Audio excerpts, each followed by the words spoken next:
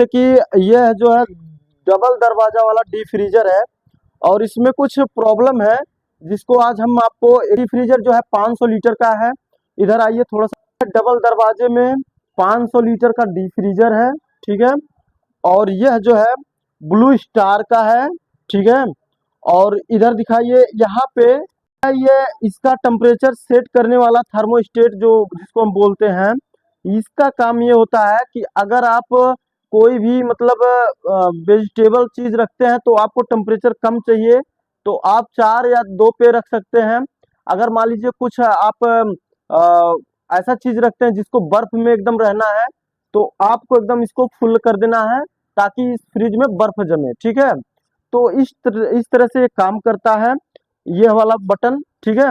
और ऐसा नहीं है कि इसको अगर हम फुल पे कर देंगे तो ज्यादा गैस खत्म होगा, क्योंकि गैस तो उतना ही दिन चलेगा जितना उसका सीमित जितना उसका लीकेज जब तक नहीं होगा तब तक वो गैस खत्म नहीं होता है। अब इसमें ये जो इंडिकेटर है ये क्या काम करता है, रेड इंडिकेटर इसमें दर्शाता है कि इसमें पावर आ रहा है और ग्रीन इंडिकेटर दर्शाता है कि आपके डिफ्रीजर का जो है मेन इंजन चालू है और वो जब पूरा काम कर लेता है तो ऑटो कट होता है, तो उसी के साथ साथ ग्रीन लाइट ऑफ होती है और उससे पता चलता है कि आपका डिफ्रीजर ऑटो कट होता रहता है, ठीक है। तो अब आइए आपको हम इसका डेटा दिखाते हैं। तो यहाँ पे जो है इसका जो बायोडाटा है यहाँ पे दे देता है। इस पे आपको देख के पता चल सकता है कि मॉडल नंबर कौन सा है और सीरियल नंबर क्या है, मतलब इसमें पता चल सकता है कि किस सन का है, कौन से मॉडल है। तो ये 500 लीटर का डिफ्रीजर है और यहाँ पे जो है लिखा गया है रेफ्रिजरेंट और 90 ग्राम।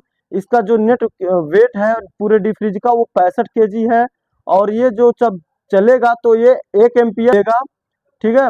और 220 वोल्टेज से ये चालू होगा और यहाँ पे इसका कनेक्शन है जो कि कंप्रेसर और फैन मोटर और थर्मोस्टेट और लैंप जो भी है वो कैसे आप कनेक्शन कर सकते हैं इसमें। तो सिंपली मैं बता दूं कि यहाँ पे जो मेन लीड आता है वो सीधे जाता है आपका थर्मो इंडिकेटर में, वहां से थर्मोस्टेट से आउटपुट होके और इंडिकेटर से न्यूट्रल जो होके वो कंप्रेसर के लिए आ चुका है। और ये जो फैन का मोटर है, फैन मोटर का वायर है, ये डायरेक्ट आपका कहीं भी न्यूट्रल फेस में ज्वाइंट हो जाता है यहाँ बॉक्स में आके। और यहाँ बॉक्स इस तरह से लगा दिया गया है कि कभी भी चूहा इसको कटिंग ना करे और कई भी प्रकार का बॉडी अर्थ ना आए। इस फ्रिज का ये सबसे अच्छा काम हमको लगा देखने में, ठीक है। तो अब यहाँ पे जो एक नॉर्मल रिले होता है उसमें ये रिले लगा है और यह ओएलपी लगा है, ठीक है। और यहाँ पे एक कैपेसिटर लगा हुआ है रनिंग, तो वह कोने पे लगा हो पीछे कंप्रेसर के। और यह जो है 10 यूएफ का कैपेसिटर का वायर है और यह जो है न्यूट्रल और फेस का वायर है। तो इसको हम पहले आपको चला के दिखाएंगे कि इसमें प्रॉब्लम क्या है, फिर हम आपके सामने ही इसको गेस करेंगे कि इसमें हो क्या रहा है, ठीक है। तो इसको पहले लगाते हैं। इसको लगाने के लिए जो या तो न्यूट्रल या तो एक फेस ले लेना है, वो भी जहां एम लिखा होगा उसी में हमको इसको कनेक्ट कर देना है, ठीक है। बाकी के बचे 2 पिन, एक रनिंग साइड में एक स्टार्टिंग साइड में। तो इसमें हम रनिंग कैपेसिटर का जो 2 वायर होता है उसको कनेक्ट कर देते हैं। तो रनिंग कैपेसिटर जो हमारा 10 यूएफ का कैपेसिटर है उसको दोनों साइड कनेक्ट कर दिए। अब एक फेस बचा हमारा, उसको हम ओवरलोड में यानी ओएलपी में कनेक्ट कर देते हैं। और सबसे पहले हम कंप्रेसर में जो है ओएलपी को कनेक्ट करेंगे इधर कंप्रेसर में। हाँ, यहाँ पे टर्मिनल में कॉमन में सबसे पहले ओएलपी को लगा देंगे और इसको भी जो है यहाँ कंप्रेसर के रनिंग पॉइंट पे, स्टार्टिंग पॉइंट पे ये रिले को लगा देना है, ठीक है। और ये रिले और ओएलपी उल्टा तरीके से कभी नहीं लगेगा। अब जब भी आप लगाएंगे तो सीधा ही लगा पाएंगे, इस तरह से ये बनाया गया है। और उल्टा कनेक्शन कर दे तो वो हो जाएगा, ठीक है। तो अब हम इस डिफ्रीजर का जो वायर है इस वायर को हम अपने एक बोर्ड में कनेक्ट करेंगे और एम्पियर भी नापेंगे, इसमें एम्पियर भी कितना लेता है। तो अब हम इसको जो है यहाँ पे कनेक्ट करेंगे और इसको ऑन करेंगे और यहाँ पे कुछ स्पार्क हुआ है और कंप्रेसर जो है 1 एम्पियर 1 पॉइंट लेके चल रहा है। देखते हैं कि ये ट्रिप करता है कि क्या करता है, ये कूल कर रहा है कि नहीं कर रहा है। तो हम सबसे पहले इसको टेस्टर से चेक करेंगे कहीं ये बॉडी अर्थ तो नहीं उठाया है। ये सब करने से पहले, फ्रिज को टेस्ट करने से पहले आप जो है किसी भी मशीन का ग्राउंड जरूर से चेक कर लें बॉडी में टच करके कि कहीं कोई चीज़ शॉर्ट होने की वजह से तेज करंट तो नहीं आ रहा है। तो इसमें ऐसा कुछ नहीं है, तो इसको हम पहले टच करेंगे हल्का सा, उसके बाद डिस्चार्ज और सेक्शन को पहले हम चेक करेंगे। तो बिल्कुल भी कोई हीटिंग नहीं है और कस्टमर का कहना भी ये था कि शायद कोई वायर कट गया जिसकी वजह से हमारा फ्रिज ठंडा नहीं हो रहा है, और वह जो है हमारे वर्कशॉप पे ला दिए हैं। और इसमें ये चीज हमको देखना है कि फ्रिज का जो भी कंडीशन है वो एकदम न्यू है। तो इसमें गैस गया कहाँ? फ्रिज को करते हैं बंद, क्योंकि इसका कोई भी पाइप जब ये कूल करने की पोजीशन पे होता है तो ये हीट होता है। तो बिल्कुल ऐसा कुछ नहीं है। और यहाँ पे वाल लगा है, वाल को हम खोल के देखेंगे तो यहाँ पे हम देखेंगे भीगा हुआ है। थोड़ा सा और नजदीक कर लाइए, और नजदीक। कंप्रेसर का जो लेवल है वो तो मतलब मिटक गया है, कुछ दिखाई नहीं दे रहा है। और यहाँ पे कुछ हमको ऑयल दिख रहे हैं ये सब, लेकिन बात ये है कि अगर इतने दूर ऑयल है तो ठीक है, इधर भी ऑयल है और यहाँ पे भी ऑयल है, तो हम गेस नहीं कर सकते हैं यहाँ लीकेज है कि यहाँ है, कि यहाँ है कि वहाँ डिस्चार्ज पे है। अगर वो माइनर लीकेज होता है तो उधर ही केवल ऑयल होता है, ठीक है। और हम इस पोजीशन पे इसमें थोड़ा सा ऑक्सीजन चार्ज करेंगे, वो भी कंप्रेसर के मदद से। फिर हम इसमें थोड़ा झाग के मदद से लीकेज को टेस्ट करेंगे।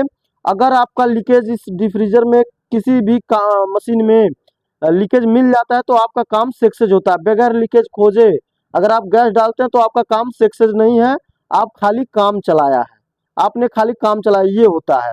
तो हम इसको पूरा फुल तरीके से बनाना चाहते हैं और वो भी आपको दिखा के।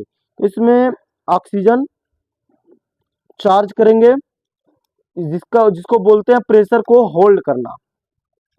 तो उसके लिए हमारे पास गेज होते हैं। यह मैनिफोल्ड वाल्व दो तरह से काम करता है, high pressure charge, low pressure charge. जब हम गैस को चार्ज करेंगे तो लो साइड से, और जब हम प्रेशर डालेंगे तो हाई साइड से। तो इसको हम जो है यहाँ पे लगा देते हैं। चलिए लगा के फिर आपको दिखाते हैं। तो अब हमारे पास यहाँ पे एक कंप्रेसर है जिसके माउथ पे हम जो है जिसके माउथ पे एक वाल लगा के रखे हैं। और ये प्रेशर कैसे देता है, इधर से और इधर से ऑक्सीजन को खींच के पंप करेगा, ऑक्सीजन यहाँ से प्रेशर से आएगा, इस पे हम ये पाइप को कस देंगे तो ये ऑक्सीजन पूरा अंदर जाएगा, ठीक है।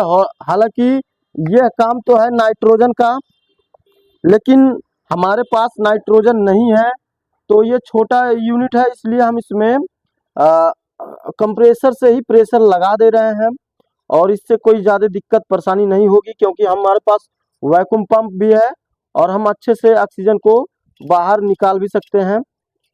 तो हम इसको लीकेज को टेस्ट करने के लिए हम यहाँ ऑक्सीजन चार्ज करेंगे। अब ये चालू हो चुका है, हाई प्रेशर गेज को खोलेंगे।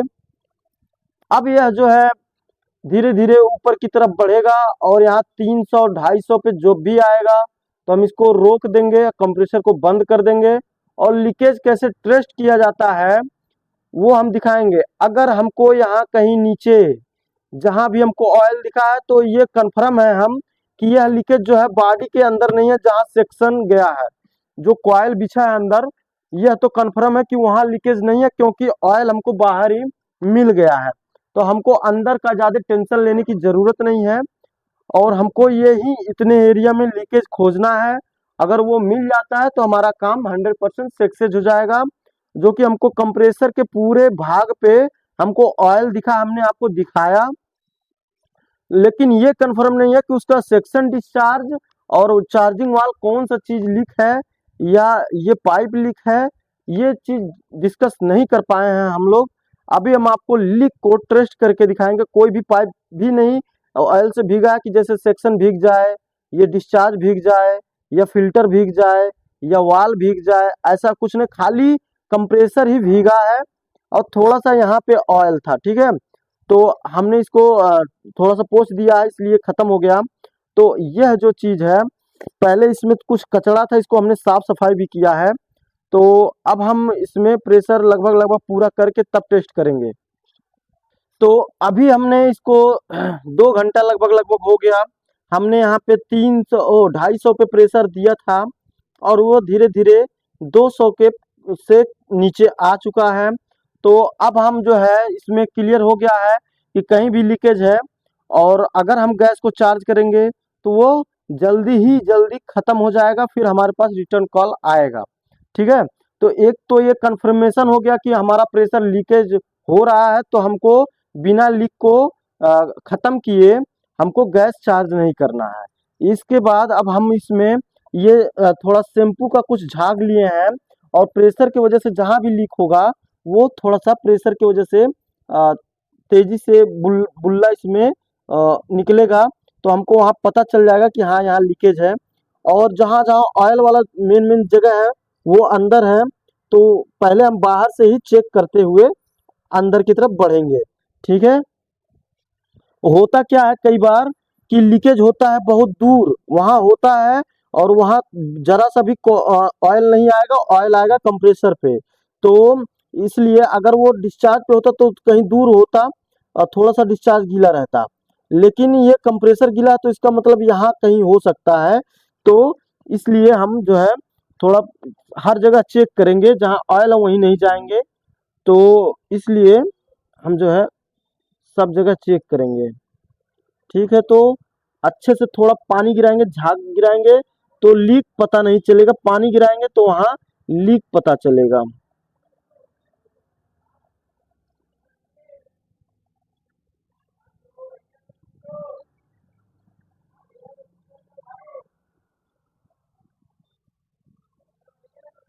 स्टॉप करो, आज सारा लीका ना है पता चलता हो। तो यहाँ पे हम काफी गेस किए हैं, तो हमको यहाँ पे शक भी था, और यहाँ पे देख सकते बहुत मामूली सा यहाँ पे लीक है, जो कि यह तेल से नहीं भीगा हुआ था। और जब ये चलता है डिफ्रीज तो यहाँ काफी सारे प्रेशर बनते हैं, जिसकी वजह से ये तेजी से फेंका होगा कंप्रेसर के ऊपर। ठीक है, तो यहाँ देख सकते हो वाइट हो रहा है, फिर हम इस पे डालेंगे, हल्का हल्का बुज्जा यहाँ से निकल रहा है। ठीक है, ये यहाँ देखिए वाइट हो जा रहा है, ये देखिए, ये बहुत बारीक, क्योंकि ऑक्सीजन का प्रेशर कम होता है और ये बहुत बारीक हो रहा है। स्टॉप करवाओ। यहाँ पे देख सकते हैं, यहाँ पे अब थोड़ा सा हमने वहाँ कुछ स्क्रैच कर दिया, तो यहाँ पे अब ये निकल रहा है। तो इस तरह से आप जो है लीक को पहले टेस्ट कर लें। अब हमको पूरा यकीन हो गया कि यहीं से जो है प्रेशर यहाँ पे लग रहा था, और पूरा कंप्रेसर ऑयल से गीला हो गया। देख सकते हैं कि सब झाग जो है बबल्स बन रहा है। इसी को टेस्ट कर लिए। अब हम इसमें अगर गैस चार्ज करेंगे तो हमारा जो है पूरा काम एकदम अच्छा हो जाएगा, और कोई भी परेशानी बाद में नहीं आएगी। रखते हैं साइड में, और जो है यहाँ से पाइप को खोल लेंगे। यहाँ से पाइप को खोलने के बाद, और अब यहाँ से हम धीरे से रेड गेज को खोलेंगे, इसका प्रेशर रिलीज करेंगे। इसके अंदर जो भी प्रेशर है, हमको लीक यहाँ पे मिल गया है। हमको करना हमको करना क्या है, यहाँ पे जो है यह फिल्टर को पूरा चेंज करना है। वैसे भी गैस डालते टाइम चेंज करते हैं, तो यहाँ पे चेंज कर देना है, और चेंज करने के बाद और इसमें वैक्यूम कर देना है। वैक्यूम करने के बाद वो जो स्पार्क हो रहा था उसकी वजह से हम यह रिले को चेंज कर देंगे, और इसमें 190 नंबर रेफ्रिजरेंट इसमें पड़ेगा, और यह 90 ग्राम पड़ेगा। तो 90 ग्राम का जो अनुमान है वो कैसे आप पूरा कर सकते हैं बिना डिजिटल तराजू के। तो अब हम जो है इस फिल्टर को निकालेंगे और इसको भी खोल देते हैं। प्रेशर थोड़ा बहुत रह गया है वो पिघल जाएगा, उसके बाद ये निकल जाएगा और यहाँ से कटिंग कर देंगे। यहाँ से कम, यह कैपिलरी है, यहाँ से कटिंग करना ही पड़ता है। को आप टेस्ट करें तो जरूर से पहले कुछ उसका एक्स्ट्रा, जैसे इसमें तो कुछ ऐसा नहीं लगा हमको। अगर मान लीजिए यहाँ पे यह ज्वलनशील गैस चोक हो जाए और आप जो है इस तरह से आग इसमें दिखाएं और जब वो फटेगा तो प्रेशर रहेगा तो इतना जोर से ब्लास्ट होगा कि आपकी जान भी जा सकती है। तो इसको पहले डैमेज कहीं से कर दिया जाता है ताकि आप से बच सके। तो हम जानते थे इसमें प्रेशर नहीं है, लेकिन हम अपने बचाव के लिए इस तरह का काम करते हैं कि चाहे उसमें भले ही ना प्रेशर हो, उसको एक जगह से कहीं से, चाहे यहाँ का आप कैपिलरी काट दीजिए, चाहे कोई एक्स्ट्रा पाइप काट दीजिए, ताकि जो भी प्रेशर रहे निकल जाए।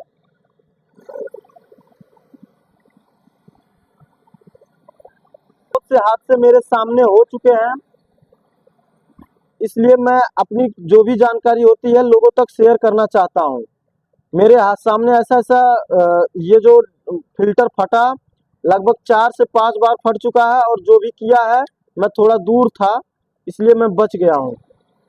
मैं भी नहीं चाहता कि मैं भी इसका शिकार बनूं।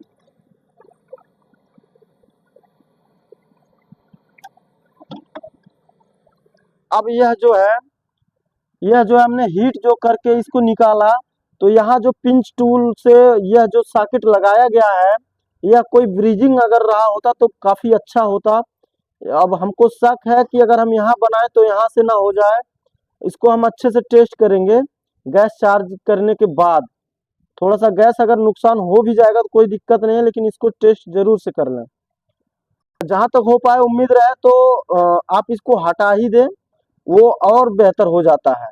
लेकिन चलिए, हम आपको बता दे रहे हैं, हमको जो अच्छा लग रहा है हम वो कर रहे हैं। अब हम इसको कटिंग कर देते हैं। यह फिल्टर हमारा निकल चुका है और यह जो है इसी साइज का हम एक न्यू फिल्टर लगाएंगे, जो कि हमारे पास ओरिजिनल फिल्टर है, और ये 290 नंबर और 600 नंबर पे बहुत अच्छा कार्य करेगा। तो इसको लगाने के लिए इसको निकालते हैं और इस पे कुछ लिखा रहता है बायोडाटा, जो कि इस पे थोड़ा मिट गया है क्योंकि बैग में रखे रखे घिस गया है। ठीक है, यह जो है 15 ग्राम का फिल्टर कहा जाता है इसको, और ये काफ़ी महंगा भी आता है। और इसके अंदर कुछ होते हैं मटेरियल जो कि गैस की जो फिल्टरिंग होती है वो बहुत अच्छा कर लेता है, और इसके अंदर का जो मॉइस्चर होता है सोख लेता है।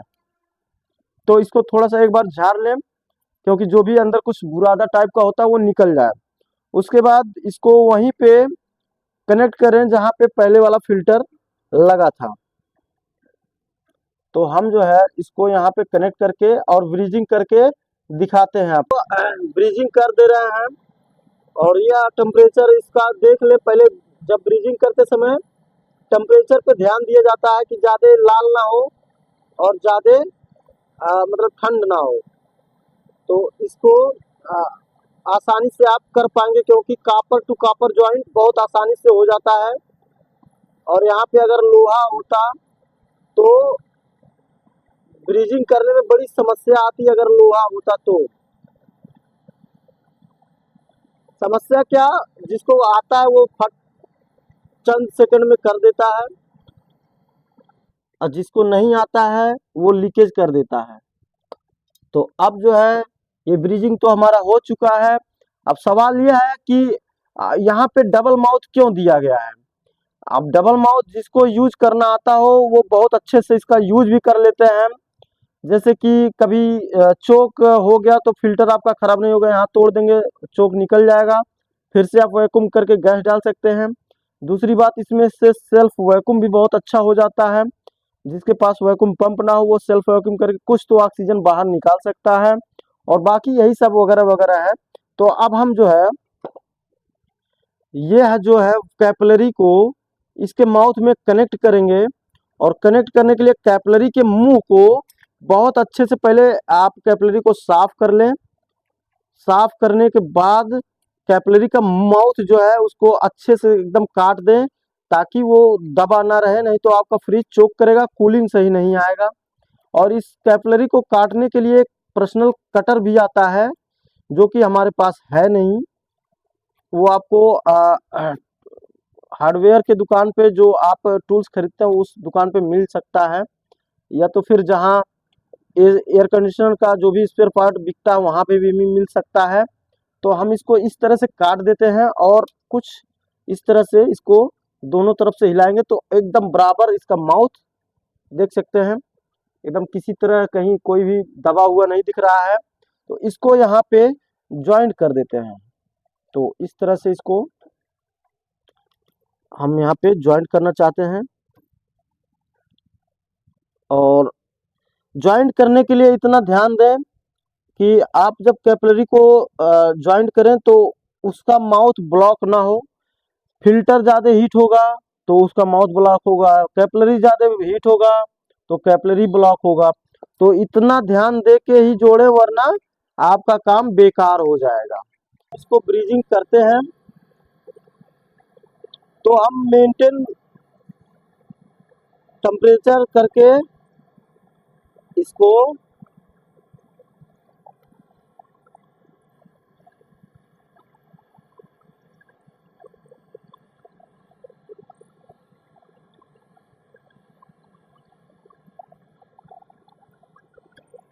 यह ब्रीजिंग हो चुका है और हम इस वाल को अब बाहर निकाल लें।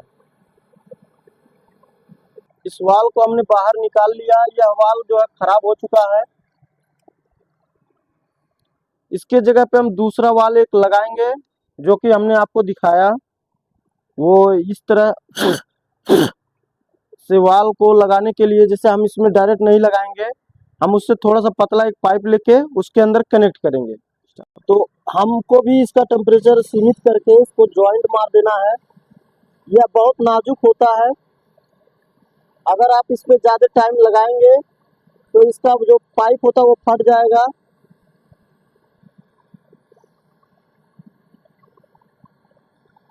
हो चुका है और अभी ये काफ़ी हीट होगा इसके अंदर। अभी हम यह पिन को नहीं लगा देंगे, जब यह ठंडा हो जाएगा अच्छे तरीके से तब इसके अंदर हम पिन लगाएंगे।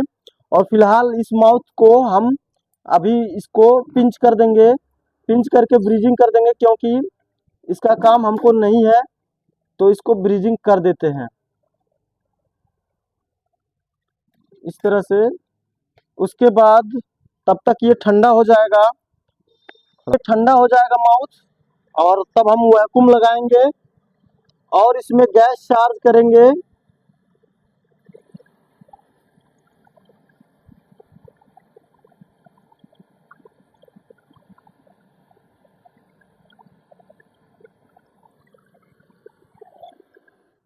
हमने उसको भी ब्रीजिंग कर दिया।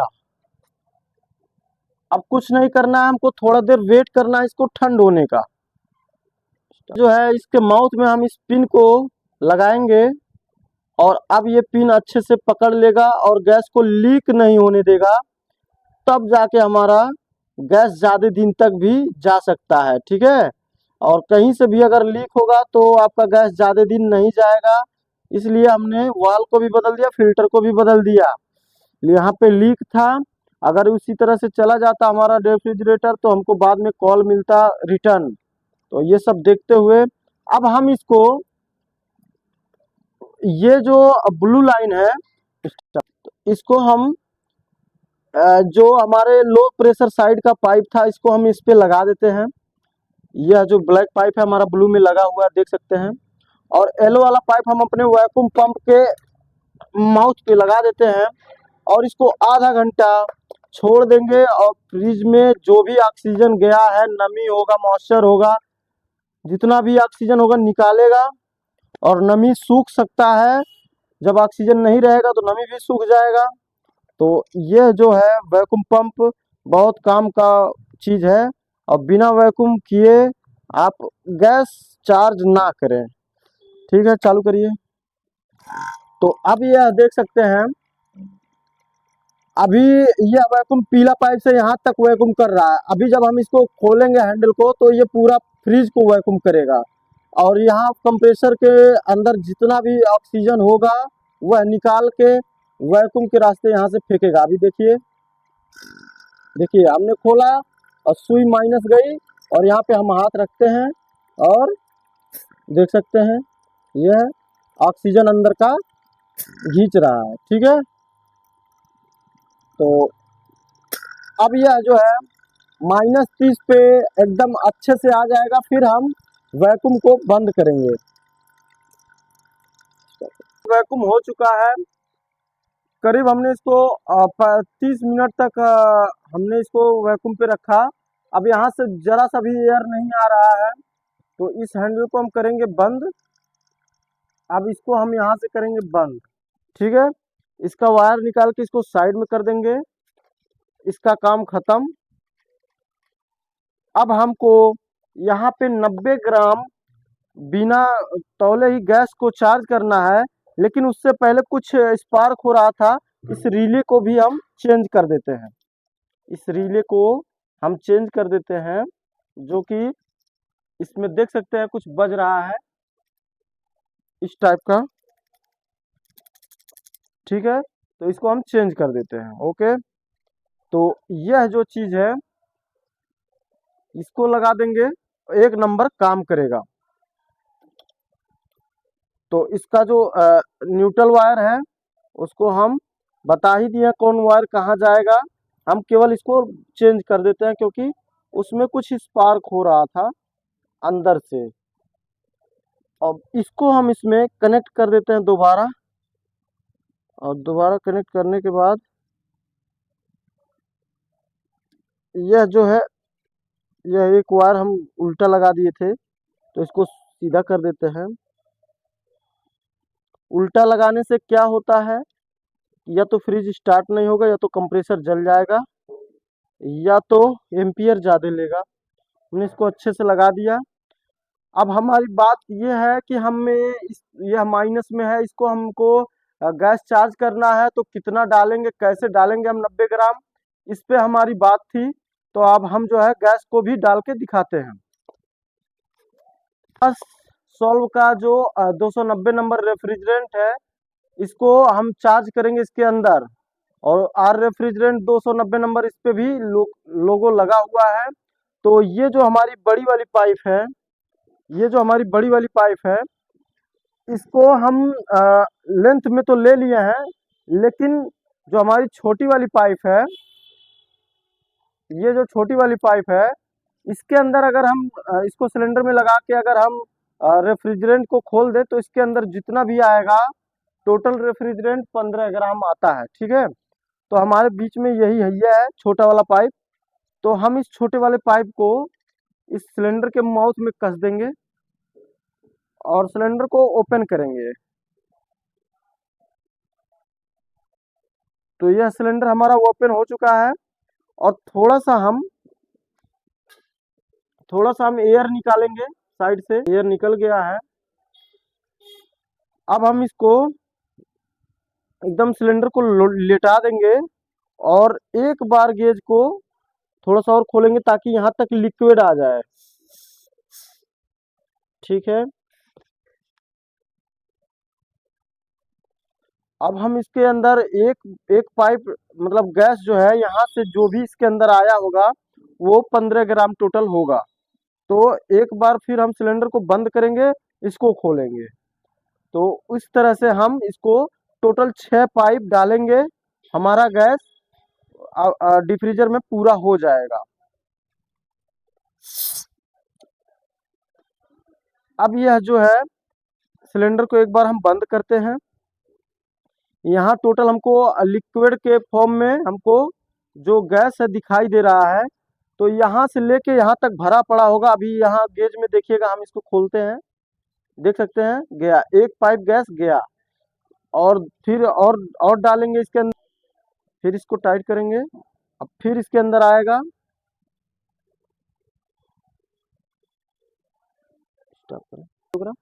तो जिस तरह से हमने बताया उस तरह से आप इसमें गैस जितना मर्जी उतना डाल सकते हैं, वो एकदम एक्यूरेट गैस इसमें हो जाएगा। ठीक है, तो हम अपने तरीके से इसमें गैस चार्ज करते हैं और आपको दिखाते हैं।